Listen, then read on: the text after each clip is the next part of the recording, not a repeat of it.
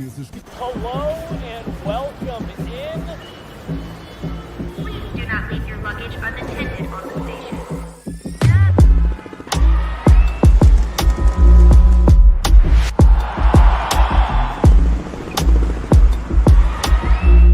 Welcome to the show. Welcome, everybody, to another episode of Off Court. I'm your host, Liv Moods, joined by the one, the only Brandon Crystal. BK, how you feeling on this fine Thursday? I'm doing great. Great. Excited that the Nuggets are close to returning to the court, but Yes. I haven't minded, and maybe it's because I had to be at a bunch of those home games. You obviously were there Sunday as I was on my way back from KC, but there's kind of different stretches of the season where there's a bunch of games and it's kind of spaced out a little more. This is kind of a nice break, though. I think they needed it. They needed it as much as anything. We're going to hear from Michael Malone, who talked just a little while ago, as well as MPJ, and Coach talked yesterday too. Christian Brown, who's one of the younger guys, even was asked about the break, and he goes, "Look, we were in a rhythm," and Coach kind of alluded to that today, and we'll hear it. But so it's tricky because when you have someone like Joker, especially, who isn't old, but he's definitely a vet, and he's in year 10 or whatever it is, and is logging heavy minutes and is such a focal point and touches the ball more than any player in the league. The extra rest in spots where you can get it, I think, is a good thing. Absolutely. And so I think ultimately it'll prove to be beneficial, especially because the first game of this three game stretch here on the road against New Orleans, shocker, but Zion Williamson is banged up, and they're a bit of a banged up unit as they're getting Trey Murphy the third back. But the Nuggets are well rested. Obviously, AG's not there, but I think the rest can only help.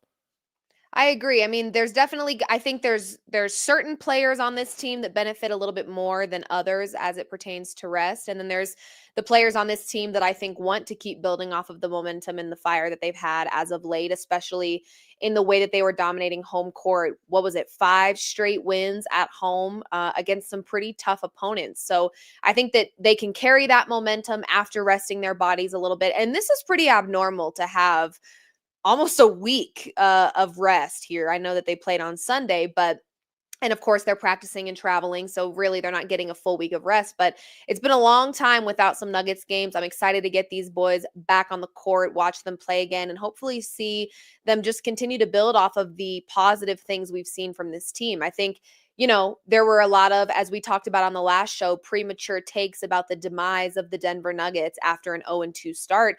And in all fairness, those premature takes were not entirely far off, given that those 2 games that they lost in their home opener and then against the Clippers as well were just very sloppy basketball by the Denver Nuggets, very out of character. It wasn't like they lost close games. They did. I mean, I guess they competed a little bit better against the Clippers, but when you look at that Clippers roster, there was no reason for that game to be as close as it was. And then OKC, we know that they're a powerhouse, but you'd like to think that this Nuggets team is capable of being competitive. And then they proved that when they beat OKC just a couple weeks later. So it is really cool to see them turn things around. It's still a very long season, and we know that Nikola Jokic does clock a lot of minutes for the Denver Nuggets, does have the ball in his hand practically the entire game. So a week like this to get them some rest is definitely, I think, a positive thing. But you mentioned Coach Malone. We did hear him talk a little bit about, we're going to hear him talk a little bit about healthy players, and as players get healthy, kind of what that rotation looks like, and or who's going to be out there. Well, we continue to see more minutes from a guy like Peyton Watson when Aaron Gordon is back. We won't see full minutes, but we'd still like to see him out there. So let's actually take a second. We're going to play Coach Malone's entire interview clip from practice today. So let's take a listen to what Coach Malone has to say about this upcoming matchup against the Pelicans. Coach, how was the energy today? How was practice today? It was great. Yeah, it was good. I think the guys are excited to get back at it. It's great to have some time off, get your rest mentally and physically, but when you're also playing at a high level and a rhythm, you want to get back to playing. And so obviously, we're getting ready to go to New Orleans, 3-game road trip. But good energy. I think the guys are excited to get back out there tomorrow night. Sometimes you guys, NBA teams, struggle when a team is missing guys, when you find out you're playing a different group of players. You guys have had a lot of time to prep for this group, though. Does that help at all playing New Orleans here? Yeah, I mean, to your point, they've been decimated by injuries so far. But I think it's the sign of a mature group, regardless of who's playing for them. we know that we have to play up to our standards and play our game, and to understand why we've won, 5 in a row at home, and we're 7-1 in our last 8. So it's never about who's playing for them. It's about us coming in with the proper mindset and handling our business. And on the flip side of that, you got to take advantage of situations like that. You can't let them go idly by, man. If the teams are banged up, take advantage and try and get a road win. Coach, fast break points are about 4 over last year. What do you attribute the consistency in the pace of play this season? Well, I think a lot of it is we're scoring a lot of points off turnovers that we're forcing. So I think the defense deserves some credit. We're scoring off of our defense, generating turnovers, getting out and running and finishing. Our pace, we're playing at a much higher pace than we have in the last number of years. And everybody's going to say, oh, it's Russell Westbrook. It's not just Russ. He's a big part of that. But everybody else is running as well. Our bigs are running, putting pressure on the rim. Our wings are getting to the corners. Our guards are pushing. We're throwing the ball up the court, a lot of advanced passes. I think it's been great. Last 8 games were, I think, top 4 in all those categories. Fast break, points off turnovers, second chance, and in the paint. And that needs to continue. What have you seen the last 2 games from Zeke in his rotation minutes, and what are kind of the top coaching points for him right now? Yeah, I think he's been solid. I think he's going to continue to get an opportunity. He's got to go out there, obviously, and just try to finish around the basket, knock down open threes. And most importantly, obviously, he's got to be the anchor of our defense if he's playing backup 5s, which requires great communication. If we're switching, he's got to be able to guard smaller guys. If he's in coverage, he's got to be able to impact the ball and work his way back to the rim. And obviously, most importantly, he's got to rebound the ball for us. Those are all things that we ask from all of our bigs, and Zeke is no different. I want to see about Vlatko's status heading into the road trip. Yeah, it's been great. Vlatko the last couple of days has been able to get out there and practice, participate in the live portions of practice, and pretty sure, depending upon how he feels in the morning, he should be cleared to be available. And obviously, he's missed a significant amount of time. We're playing well at the moment, but obviously that allows us to have another body that we know we can go to. Vlatko is skilled. He's a playmaker. He can be a backup 1, 2, 3, and 4, 5 at some times. So I just love his versatility and his skill set, and happy he's back, and the ankle is much better. So on that note, I know injuries are playing a role in this, but how much are you still exploring second unit rotation and bench options? Yeah, it's I think we'll continue to explore for a while, because we've had a guy that was playing in Dario is now out of the rotation. We have guys like Vlatko, who has never been in the rotation because of injuries. Zeke wasn't playing early. Now he's playing in place of Dario.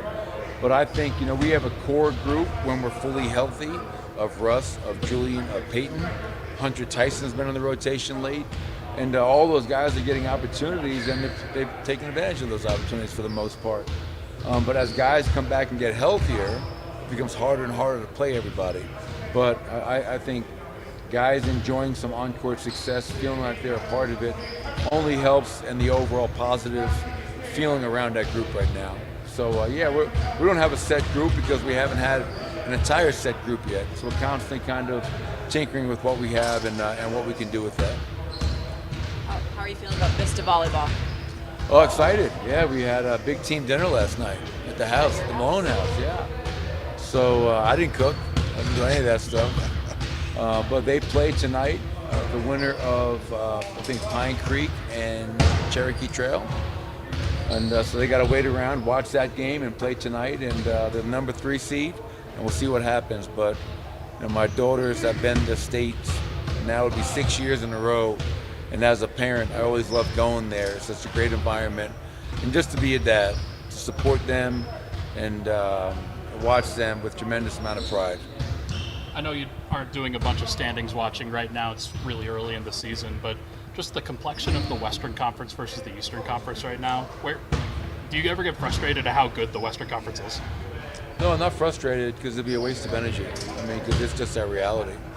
You get frustrated at things that you can't control. But the West, we knew going in, the West is very, very deep, very, very talented. And I did notice the other day that I think it's up to 3 now, but for maybe up to 2 or 3 days ago, only 2 teams in the East had a winning record. And I think at that same time in the West, I think there were 9 teams with a winning record. But this is our landscape. This is our reality. And so don't get frustrated. Embrace it and try to put yourself in the best position as possible, which I think, after a tough 0-2 start, our guys have kind of settled in and found a nice rhythm. And our hope is as we go on this road trip, Ryan, that we can continue to play at that level.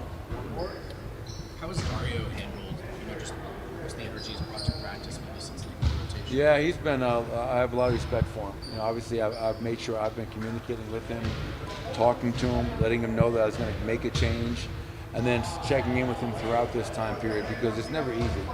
I'm not naive. I don't expect Dario to be walking around here with a smile and pom-poms like he loves this. But to his credit, he's been the ultimate teammate.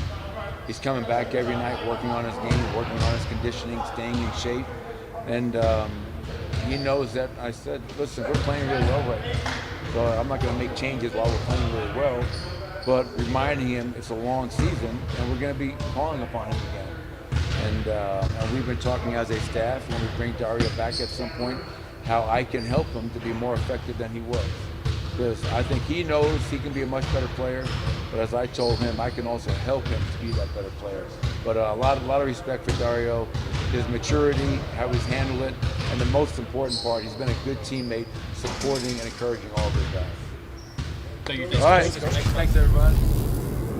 Okay, we will also have some clips of Michael Porter Jr. talking at practice today. But before we get there, BK, let's talk a little bit about the bench that Coach Malone spent some time talking about. Obviously, we know has been a concern for Nuggets fans in the past, maybe still is for some, just given the nature of how solid this starting lineup is. You aren't always guaranteed that your starting lineup will, one, remain healthy and be available for the entire season. So let's talk about the bench. We know we've seen some minutes, more minutes as of late from Zeke Naji. We've seen Peyton Watson actually in that starting lineup without Aaron Gordon. We know he'll return to the second unit when Aaron Gordon is healthy.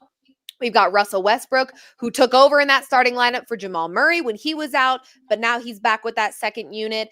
And Julian Strother, Hunter Tyson, Vlatko. How are we feeling so far? Your opinion on where this bench stands for this Nuggets team?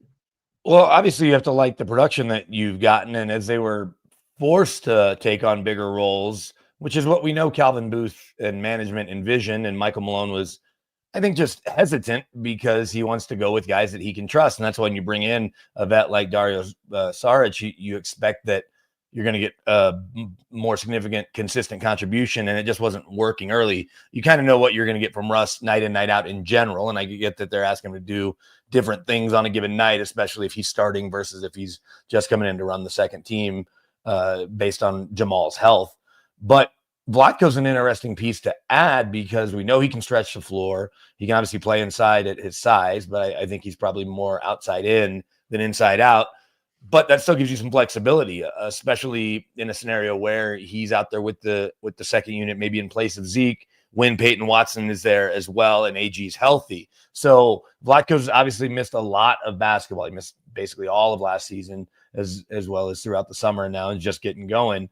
But it gives you one more piece that you liked what you saw, I think, in spurts with Vlatko. Not that he was playing a lot of minutes, but with the types of things you've gotten from guys like Zeke Naji and Hunter Tyson, having another capable body or someone that can not only stretch the floor but make plays and contribute, I think, on both ends, it is a good thing. And so as Malone is forced to mix and match these lineups, ultimately it's going to prove to be truly beneficial because, like you said, you can't ensure health, and it's just safe to assume that with the rigors of an NBA season, not only going to lose guys throughout, but you may not have everybody that you need come postseason time. And so I think getting quality minutes for these young guys, not just in blowouts one way or the other, or at the very end of games or the end of the half or whatever, but really mostly at the end of games, I think it's good that these guys are really contributing. And I think it's good that it's kind of taking Malone out of his comfort zone a little bit, because you aren't going to have Joker for another decade, but realistically, you're only going to have him, we'll call it a half decade, right? Let's just circle 35 is probably when he hangs it up. I guess we don't know for sure. And Jamal Murray is going to be getting older. MPJ is going to be getting older. Certainly AG, obviously already, I guess he's got to be at least 30, just doing the math without even looking. And so I think that developing these young guys is crucial to their long-term success, but also when I say short-term success this season. Absolutely. Yeah, I think that, believe it or not, the bench to me and the depth within the bench for me personally is a non-issue. I don't worry about it at all. I think what I worry about more, and this is something that is very much out of our control, I worry more about what the rotation looks like in the middle of a game, when it's close, when it's down the stretch in clutch time, because we have seen Coach Malone with some interesting mixing and matching of our second unit with our starters, and it doesn't always work. It's not always cohesive. There are times where I do think it kind of throws off the chemistry. I think Russell Westbrook has really great games, and I think a lot of that depends on who he's with on the floor. I think the same thing goes for MPJ.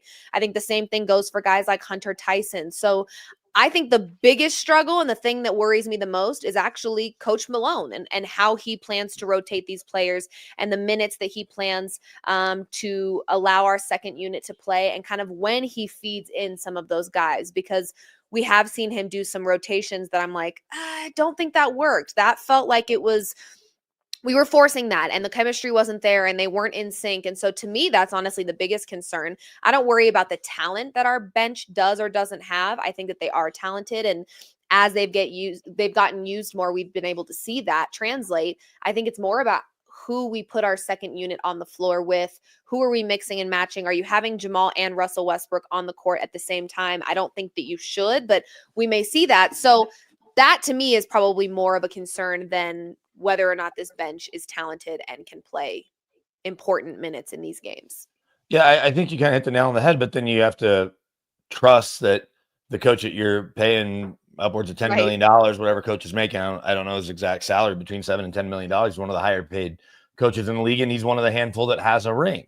You're paying him to not only make these decisions, but figure it out as he goes. So I think that it's okay to admit that, hey, this lineup isn't working, and to tweak it on the fly, as we're, again, only 10 games in.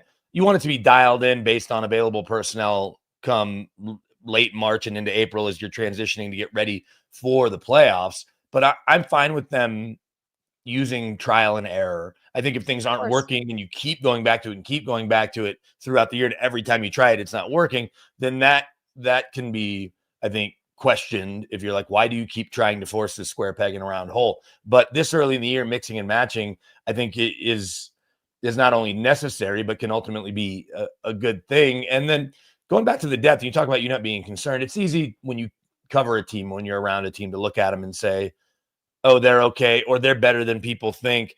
I think what's maybe changed a little bit of the national narrative was they get drilled in that opener against a young OKC team that had everybody back. We know they're getting Hartenstein, but they knew what they were working with, because the Nuggets 2 years ago lose Jeff Green and Bruce Brown, or obviously after the championship, and then KCP this year.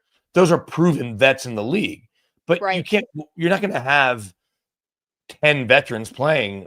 If you are, your team's probably going to get run out of the gym by teams like OKC. You need young guys to mix in. And so when you look at the Celtics, it's not like they're playing 5-10-year vets on their second unit either. I get that you guys, you're using guys like Al Horford in different spots. We're not going to go down their roster, but the point is, winning is about finding not only your top 8 or 9 guys, but likely mixing in some young guys there. We know Christian Brown was a part of that anyway, and now he's thrust into a bigger role. But to just write off those guys, we've talked about it. We're going to keep talking about it until it stops being a conversation. And the more they win, coupled with the less they lose, people are like, oh, Julian Strawther can play, and Peyton Watson is ready to take that jump. And those two specifically are going to be who gets circled, because we know who Russ is. And then how are they going to adjust around them? If Hunter Tyson continues to play at a bigger clip, then more people will learn about him. Or if he and Zeke are kind of mixed and match with Vlatko getting a bigger role, or if Saric finds his way back in, people will calm down, I think, if Saric is contributing. And I don't know if he will, but as those couple of young guys, specifically Watson and Strawther, play big minutes in big games and contribute to wins, I think that'll kind of change the national narrative of people that maybe just don't really understand what Peyton Watson and Julian Strawther's ceiling is. Yeah. We have another clip that we can run from practice today from Michael Porter Jr., who got hot very early in last game against the Dallas Mavericks, which was really exciting to see. 15 points at halftime for him. I believe he was 50% from three, 2 of 4. He found his rhythm quickly, and we've actually seen the opposite to start this season. So it was refreshing to see him get hot quickly to kind of put the Nuggets in a good position as they went into halftime. They did have a 6-point lead after that first quarter, lost it a little bit in the second quarter, which is to be expected because this Nuggets team is like a flipping roller coaster that if you try to track it, you're just going to get dizzy and your head's going to spin. But we do have a clip for Michael Porter Jr. at practice today, kind of talking a little bit about where the Nuggets are at right now, as well as anticipating what we may see against this Pelicans team. So let's go ahead and check that out now. Before, when we last spoke to you, I think on Sunday night, you were very excited to get the 4 days off and in between the games. Just how do you feel? Just how do you think the team feels just getting a little break? I think overall we feel pretty good. Just trying to do our best to stay in shape as best as possible.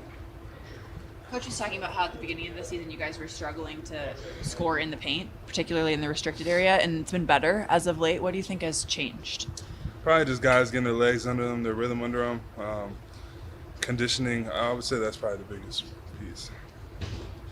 Coach mentioned in the preseason that maybe you guys hadn't spent as much time together in the summer as you have in previous years. Do you agree with that? And how much does going on a nice kind of winning streak here help bring the group together? Yeah, I think the vibes are always better when the team is winning. I think most guys were here in the gym all summer from what I know. The young guys who were supposed to be in the gym and be in Denver were here.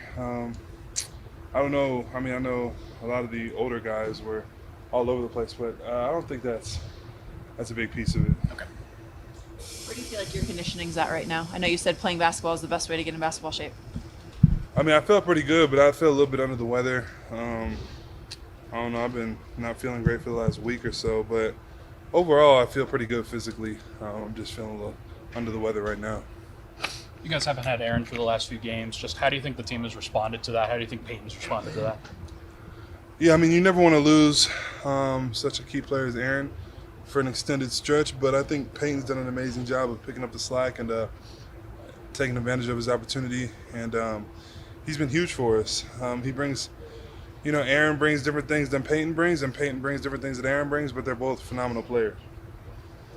You guys are averaging more cuts off the ball this year than last year. Was that something that was stressed just throughout training camp and first couple of weeks? I think the personnel, CB being on the floor, he's going to cut a lot. Russ is going to cut a lot. So I would say it's more personnel. It's not something we necessarily stressed, but I think just trying to take what the defense is giving us and playing to our strengths. Coach Malone is 2 wins away from becoming the all-time winningest coach in franchise history, passing Doug Moe. Why do you think that he's had the success that he's had while he's been here? How have you felt his impact? Ever since I got here, his organization has steadily climbed and gotten better and better. And I think, a lot of that is due to coaching. A lot of that is due to the front office and the players they've been getting. I think that everyone's done a phenomenal job in turning this into a winning franchise. And, we haven't missed the playoffs since I've been here. So, yeah, it's been a joy to see kind of how everything has progressed since I've been here. Do you have a good Malone story for us? From your younger years or your current years or anything like that? A good Malone story. Probably too many, man. But stuff that I'll probably keep within the team. But yeah, I got some good Malone stories, but I'll keep that to myself. I think back to the bubble when you were starting in that game against the Clippers. Or actually, no, I don't think you were starting, but you were still playing off the bench, and you hit that big shot even after taking a couple shots. Just which game? This is Game 5 against the Clippers. Of the bubble? In the bubble. Okay, yeah, just when you're in those, you think back to all the moments that you've had over the course of your career, and just the give and take that maybe you've had with Coach Malone. Just how has that relationship, do you think, evolved since early in your career? Yeah, I think it's been a coach and a player relationship, and he's pushed me, and he hasn't accepted anything except, he hasn't let me He hasn't let me stay the same. He's continually pushed me, continually expecting more from me. And that's what you want from a coach. You never want a coach just to pat you on the back. You want a coach that pushes you, at least I do. So I think he's done a phenomenal job at pushing me to be the best I can be. And it's been tough at times for me, but it's also been a good thing at the same time. So, overall, it's been a great journey for sure. What do you think about Jokic's start to the season?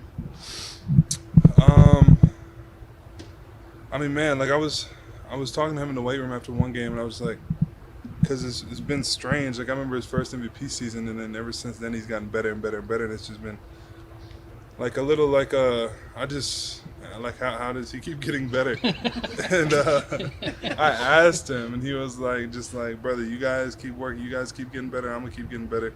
And I just think that goes to show his mindset, just not being content and continually putting those habits into practice every day, continuing to push his body, push his mind, and continue to evolve as a leader. And all you can say about the beginning of the season and what he's done so far is, historical, I would say.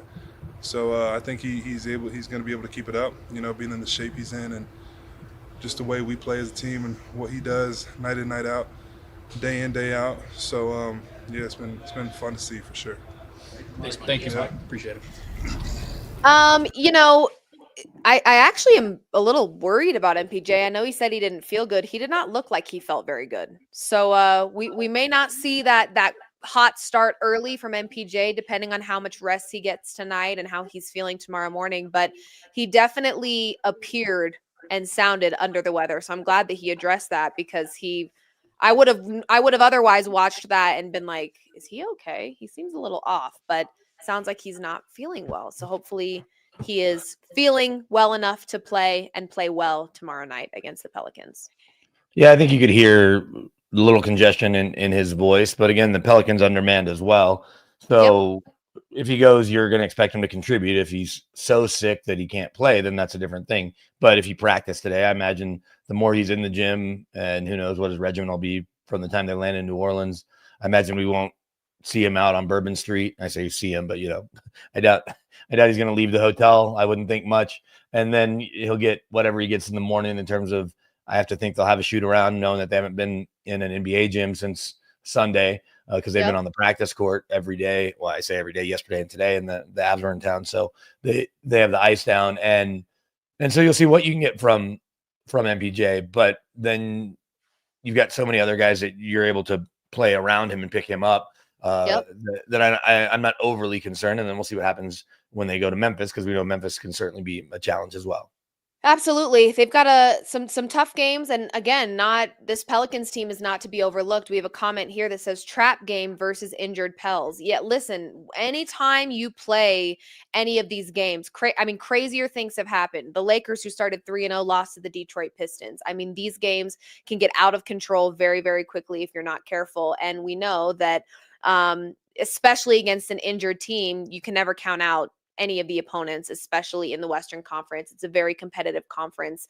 Really quickly, let's talk NBA Cup. It is getting started. We are going to start seeing that. So I'm going to ask you your thoughts on who is winning each little division here. West A group is the Timberwolves, the Clippers, the Kings, the Rockets, and the Trailblazers. Who do you have coming out of that group?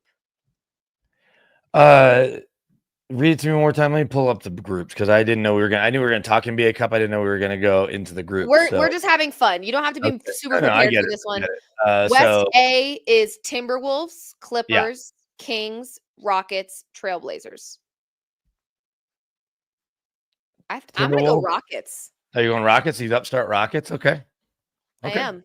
I'm going to go Rockets. What are you going to go in that one? Timberwolves. Cool. Okay. East A, we're going to go A, B, then C. East A is Knicks, Magic, 76ers, Nets, and Hornets. Can't go Sixers, obviously, with all the challenges they're dealing with. We know the Magic are trending up. Certainly made the playoffs last year, gave it a good run with the Cavs. But I'll go Knicks. I'm going to go Magic.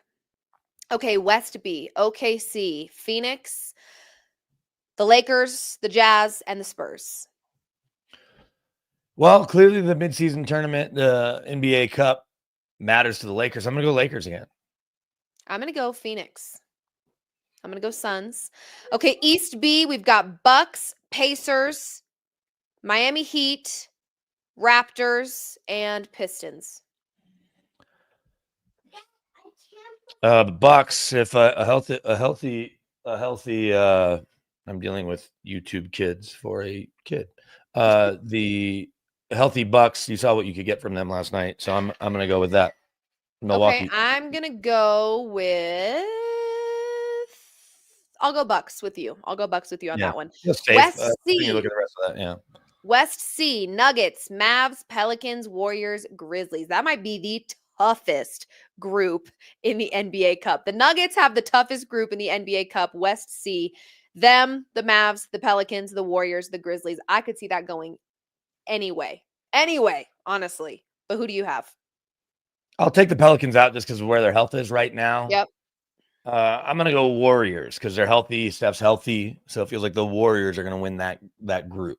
I'm going to go Warriors as well. And then finally, East C, you've got the Celtics, the Cavs. Ooh, this is another tough one just between those two teams. The Bulls, the Hawks, and the Wizards. I think it's hard to go against the Cavs right now with how hot they are. I agree. They're still undefeated at 13-0. I want to throw this at you, though, as we look league-wide. The Cavs, this isn't going to surprise you, are leading the NBA in three-point percentage, 41.2%. Jiminy. Okay. Wow. Okay. And every coach will tell you they want to shoot 40%. Michael Malone has said that over and over. We want to be right around 40%. Guess what team is second? No team's over 41.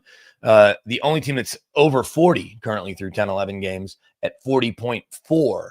Guess what team is second in the NBA in three-point percentage? I'm going to guess and say the Nuggets. That's a great guess because you would be correct. The Denver Nuggets. There we go. And you know what? I was actually I saw a comparison, and I want to read this to you because, of course, you put KCP on a different team and you cannot, and I know Coach Malone is like, no more talking about KCP. CB is his own player, but there was concern by Nuggets fans losing KCP. What would our volume three-point shooting look like? Well, let me tell you, this year so far, Christian Brown, 16.3 points per game, 5.4 rebounds per game, 55% from the field. KCP this season, 6.8 points per game, 2.3 rebounds per game, 32% from the field. Now, would KCP have those same numbers in the starting lineup with the Nuggets? We'll never know. You can't really play the shoulda, coulda, wouldas here. But what you can see is that Christian Brown has established himself as a starter for this Denver Nuggets team, and the lack of three-point shooting and defense that we thought we would have without KCP has been dispelled. CB looks great. He is a starter on this Nuggets team, and rightfully so. And honestly, as of right now, if he continues on the path he's currently on, he will be better for this Nuggets team than KCP was. And that is hard for me to say because I love Kentavious Caldwell-Pope. Love him. The Nuggets' concern about threes, where we even had Joker saying, yeah, we just don't have really good three-point shooting. That is being challenged, not by just Joker with the clip he's shooting at, and it's probably unrealistic to think he's going to be that close to 50% all year. But even if he's in that 37, 38 range, that's probably still a little better. I guess I don't know what his career average is. But at some point, it stops being a hot start and just starts being who you are. So their identity. Yep. Yeah, I don't know if CB averages a full 16 points all year, but if he does, then that's got to be more than KCP averaged. I know he didn't average 16 points a game. And they aren't the same player, but you just need similar type production. Of course. But again, Julian Strawther is playing significant minutes when he wasn't last year, and he's going to continue to be a good shooter. We know Russ is going to bring your average down, but I don't know how much more it's going to bring it down than what Reggie Jackson would give you, because we know Reggie could certainly knock some shots down and probably in a shooting contest might beat Russ, but he didn't shoot the way Jamal Murray shoots or guards that can really knock down threes whenever given, you feel like, you're surprised when it doesn't go in. That's what's funny about averages, right? Nobody shoots higher than 50%, including Steph Curry. But every time the ball leaves his hands, guarded or not, because especially Steph being the extreme example, you think it's going in. And Yeah. with really good shooters, MPJ being another one, I think where we get into trouble with MPJ as fans or reporters or close observers of the Nuggets is that we've seen MPJ miss a lot, like go through cold streaks. And Yes. you know that he tends to be maybe what feels like the streakiest. But when MPJ and Jamal Murray let the basketball go, and I think Julian Strawther is in this category too, you think it's going to go in. And so at some point, so we're 10 games in, we can revisit this in another 10 games, but it just becomes part of who you are. And that's probably why Michael Malone is now wanting to harp even more on defense, because he does feel like when Joker's on the court and when Russell Westbrook's on the court, guys are just going to keep getting open looks. And so if I'm a Nuggets player, I'm worried about just a few things. My conditioning, that goes without saying, and health. How they want to attack a team defensively, not offensively. How they want to attack a team defensively, just so that you know exactly what your roles and responsibilities are, especially against the good teams. And just shooting threes. Like, I know you got to practice free throws. I would be practicing threes throughout the season, maybe more than I ever have, because now not only do you get good looks with Joker, you're also getting them with Russ. Yeah. And thus the expectation is you were going to knock it down. This is the NBA. Peyton Watson can give you what he's given you the last few games from behind the arc. And Vlatko is going to come in and knock down threes. And we know Hunter Tyson can really shoot. That's where I think even the team, including Joker, who was on the practice court with these guys and has seen them throughout training camp and in Abu Dhabi and all that, he was maybe underwhelmed. And now it's like, okay, the lights are bright. The games really matter, but these guys are knocking down shots. So that's encouraging. Absolutely. Yeah, I think the Nuggets are in a good spot. Quickly before we get out of here, just tell me kind of your overall feeling on this Pelicans game. This obviously feels like a very winnable game for the Nuggets, but I do think they've got to go into this one assuming that even a unhealthy roster can give them a hard time, because we know they do struggle defensively and are still finding their defensive rhythm here. So any predictions, any hot takes? Who do you think has a big game for this Nuggets team? And yeah, is this a winnable? Is this a win for the Nuggets on the road? It feels like a win on the road, and it feels like they'll split in Memphis. Okay, win one, lose the other. It's hard to beat a team twice. We know that. Yeah, and certainly in back-to-back nights in their gym, or staggered Sunday and Tuesday. But no, I do think they go to New Orleans and get a win, especially if they don't go too crazy tonight in the Big Easy. And we know on a Thursday night, I was down there for a big Broncos win a couple of weeks ago, and on a Thursday night, plenty of folks, even Saints fans that are bummed that their team's crappy this year, we're still out and about, and non-Saints fans. So we know there's stuff to do in New Orleans on a Thursday night. So if they take it easy, then I think that I like their chances tomorrow. One thing we didn't touch on, and we don't have to spend a lot of time on it, but just a tip of the cap, literally and figuratively, to what we saw last night from both Wemby and Giannis. It's fun to see a healthy Giannis, even if you got, cheap shots and guys yanking him down by his jersey there in Detroit. But get 59 from Giannis, 50 from Wemby. I saw where someone said, oh, he's got Steph Curry range. Well, I think anyone can have Steph Curry range if they shoot it from far enough back. Doesn't mean it's going to go in. And his shot, and his arms are halfway to the freaking basket by the time he releases the ball. I mean, so good Lord. It doesn't look like Steph Curry's shot or Michael Porter Jr. shot or any great shooter. But if it's going to go in, that makes already the most unique player in the NBA in terms of his physical makeup, with apologies to Joker's uniqueness or even LeBron's uniqueness. Also, shout out to LeBron at age 39, 3 straight games with a triple-double. So he does continue to appear ageless. But I understand that for what you and I do, we're going to always pay attention to the NBA more than most will this time of year. Hopefully the NBA Cup, even with their very loud courts, will drag more eyeballs to the TV screens and your phone and your devices to just keep an eye on games here in November and December, when you might not as much before Christmas. But the NBA is in a really good place, it feels like. And even with teams playing better than others, it feels pretty wide open, like it has the last couple of years, which is also really fun. Yeah. And I mean, Coach Malone touched on it a little bit when he was asked, but, we had predicted this before the season started, that the Western Conference was going to be a bloodbath. There's a lot of teams above 500 right now in the West and not so much in the East. And I think we also talked about the fact that the Eastern Conference belongs to the Celtics unless somebody comes and steals it. And the Cavs look pretty prepared to, if they keep trending this direction, they have definitely prepared themselves to try and steal the Eastern Conference from the Boston Celtics. So Eastern Conference feels like there's, some teams at the top and then a very large jump to the rest of the Eastern Conference. But this Western Conference, I think it'll go back and forth.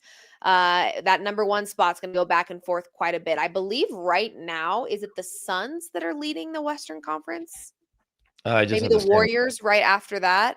The Thunder at 10-2, Warriors Okay. 9-2, Suns down 9-3, Nuggets at 7-3. Obviously, have played less games. Yep. So the Nuggets are at 70%, 75% for the Suns, 81%, almost 82% for the Warriors, 83.3 for the Thunder. A lot of basketball left to be played, but we're going to continue to harp on this all year long because every single game matters. So if and when you steal wins, like beating the Celtics twice, but being one of the few teams to win in Boston last year was big. But then when you drop games, and I'm not going to count that Clippers game as a huge loss, but maybe the Minnesota game where you're up nearly double digits late and let that slip away. Yep. Don't know where the T-Wolves will ultimately end up. They're finding their way now with no Cat and Julius Randle inserted there, and Anthony Edwards trying to take an even bigger role. Not trying to, but I guess expected to, that every single game is going to matter. So if they dump this one to New Orleans tomorrow, especially with New Orleans banged up, then they have to make it up along the way somewhere and go to, I guess, Cleveland and get a win kind of thing. And be better against the Suns, be 3-1 against, I guess I don't know how many times they play the Suns, but stuff like that, they're 1-1 against the Thunder right now, be 3-1 against the Thunder. So I think that you do have to keep an eye on every single game, even though we understand that's not always how fans look at the NBA because it's such a long season. It's going to matter come April and where your team ends up being seated when you're dropping. And I'm not saying just for the Nuggets, for all these teams in the West. That is. We saw it last season. That San Antonio Spurs game meant way more than it should have. It was down. You'd have been the 1 seed. You'd have been the 1 seed. If you beat the Spurs and you're up in that game and you let it slip away. So then the game against the Grizzlies doesn't even matter on Sunday. They win it, but that locks them into the 3rd seed. Yep, absolutely. They all matter. Well, this has been another episode of Off Court. I'm Liv Moods, joined by the wonderful Brandon Crystal. I'm sorry, locked them into the 2nd seed for correction. Locked them into the 2nd seed, which was good for home court. Yes. It didn't matter. They blew the 20-point lead. But yeah, either way, the games, every game does eventually matter. At least very likely it does. I suppose if you do what the Cavs are doing and they're going to challenge 72-10 like the Bulls were when they went on that run, that's different. But I'm going to withhold saying they're going to get to that level just yet. Yeah, absolutely. Well, let's get out of here, BK. Thank you for joining me. This has been another episode of Off Court. Make sure you're tuning into all things Guerrilla Sports all the time. We will have another episode of Off Field tomorrow at 11 a.m. Mountain Time. And lots more Denver Nuggets content will be back underway now that this Nuggets team is playing basketball again. We will have a post-game live show / reaction to the Nuggets game tomorrow night after the final buzzer.